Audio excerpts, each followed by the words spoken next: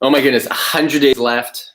Freaks me out a little bit. I don't know if it freaks you out. I posted something about it's actually 17 Fridays left until Christmas. Marcus is a big Christmas guy. I start decorating for Christmas actually like right around Halloween. How I'm the like lights start coming out, everything starts to happen. Yeah, I'm like the elf. That's how excited I get for Christmas. Like Christmas, which is funny. And because we live in Kelowna, in BC, in Canada, I like everything up to Christmas, and then after Christmas, I would love to be in San Diego or someplace warmer. I can agree with you that. Like once Christmas season's over, then it's like get out of the snow.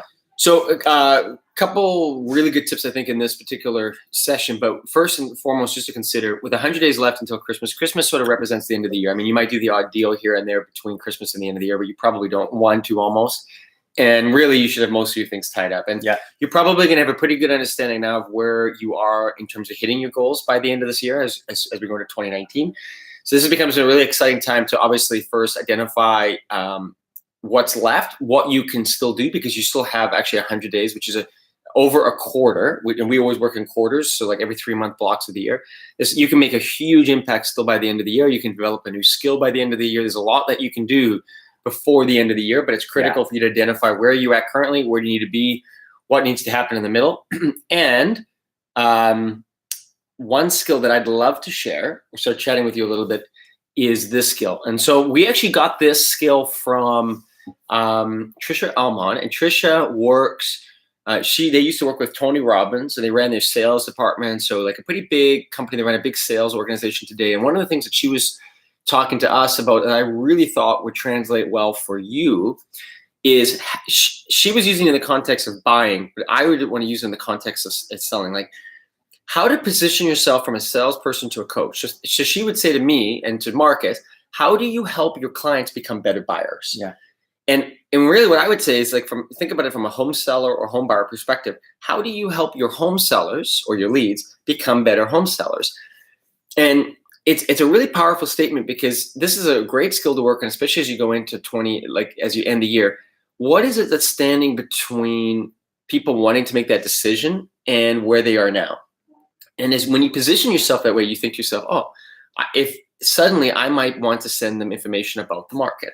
Maybe I want to send them information about maybe some updates they might want to do. Maybe the best time to sell if you were considering this. Maybe some areas that they might want to move to. The point is that if you can help your buyers or sellers become better buyers or sellers, you're actually doing the real job of what the salesperson is, which is you're repositioning yourself from a salesperson in their mind to a coach. And in doing so, you're helping somebody get from A to B, and in turn, you're helping yourself in the same process. Does that make sense? That makes sense. Yeah, absolutely. When I heard it, I loved it. It was just, how do you help buyers become better buyers? That's your whole role, right? Like the more you can do that, if you think about it, even from a sales funnel, people talk about early leads at the top, and you want these like ready to move leads, or come list me now leads at the bottom. We all want that. But what does it take to get them through the funnel? And I think that there's a huge opportunity, and you guys, a lot of you in the Insider Group, do a phenomenal job of this already. You already know how to move people down. And I think that that's kind of the concept, which is, how do I help these people become better home sellers? How do I help educate them, add value along the way, share with them, so that ultimately I get what I'm looking to do, but which isn't so much make money, but it's truly to help them find their next home. And how do I help them do that? It's good. I mean, well, I don't know why this comes to mind, but I'm picturing like an open house where the experience of that customer as they're walking into that open house is the big moment, right? Because they're going to walk into that home and they're going to automatically say, this is my home. So what would you do to create that environment and that ambiance? I think one of the things that might sound corny is like have that smell of fresh baked cookies. No, that's not corny. No, but I know that's not corny, but I'm just saying that's what I'm visualizing. You're creating the ambiance. I'm talking about candles burning or the right type of smells. You're tapping into all the senses, and then the aesthetics. So that's why you want to work with an agent who really sees the big picture, from how the landscaping looks outside to, maybe a little bit of bringing in a stager just to make sure that the furniture fits with the rooms and it positions it so it looks wide open.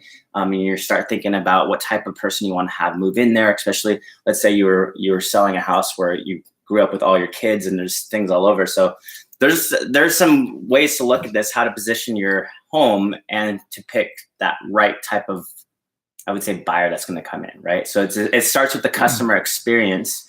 And there's so many cool ways to do it nowadays, and especially with social media. Well, I think what you're tapping into there is something really powerful too, which is desire. So you're tapping into desire, and hence the reason you create that environment. And I think even as I sold real estate about 10 years ago, I sold quite a bit of real estate. I never considered the element of desire.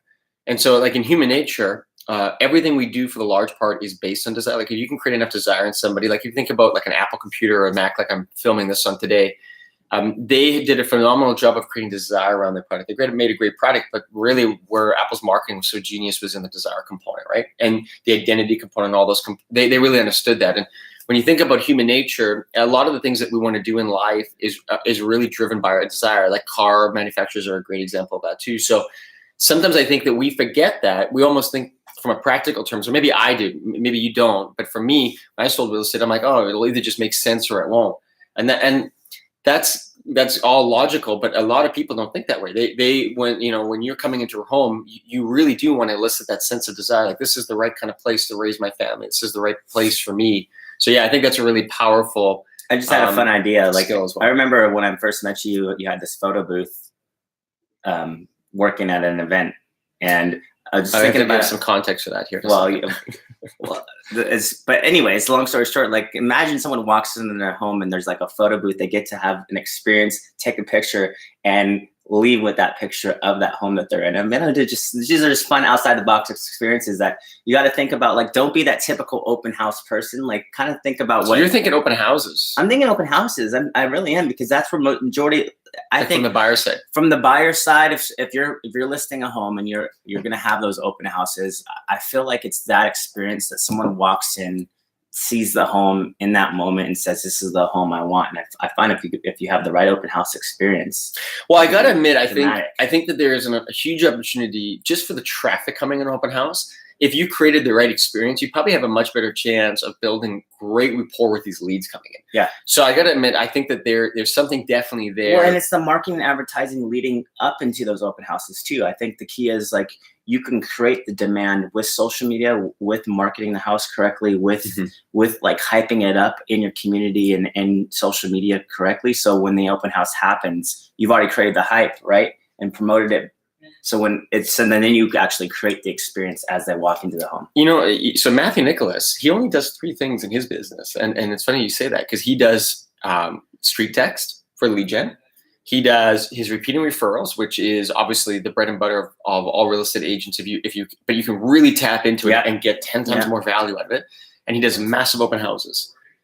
Those are his 3 strategies. So to your point on open houses, he really believes in heavily promoting an open house ahead of time, creating quite a bit of appeal around it, and he just knows he can do it well. And those are his 3. Because he's a networker. That's one of his strengths. And those is being around people. And he knows that if he does it right, he can create an experience that people then would love to have for their home. And there's another reason that they want Matthew involved in there. And then you got a guy like Sam who has experience flying drones, and so he's got a whole nother type of marketing ball game. But you got to play within your skill set, like in what and if you don't have those skills, then find people you can align with, create a team of those skills that you want to have, that you wish you had.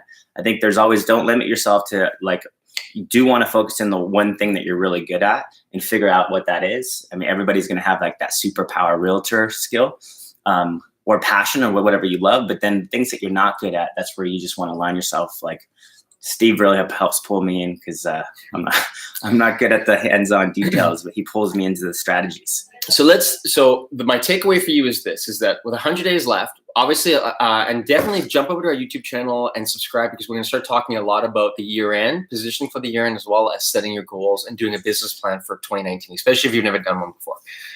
But as we approach the year end, you still have 100 days left to hit the goals that you want. And in the words of like Will Smith, or it's, you just decide that you want to hit those goals. And then you immediately identify the one thing that you can work on in this next 100 days that you believe is gonna get you closer towards those goals. So that's really my encouragement in this particular daily session for you today is decide what you want to hit by the end of these 100 days. Make it your best year ever. This is your last quarter. It's sort of like the final stretch in the run, the marathon, or whatever it may be. Like, you're right here. The finish line is in sight, but don't just coast there. Identify the one thing that's going to make all the big difference for you to hit your goals, because when you think about 2019, you can either come into 2019, or think about it this way. You can come into Christmas feeling charged up, pumped up, excited. You got your business plan ready and you have momentum going into 2019.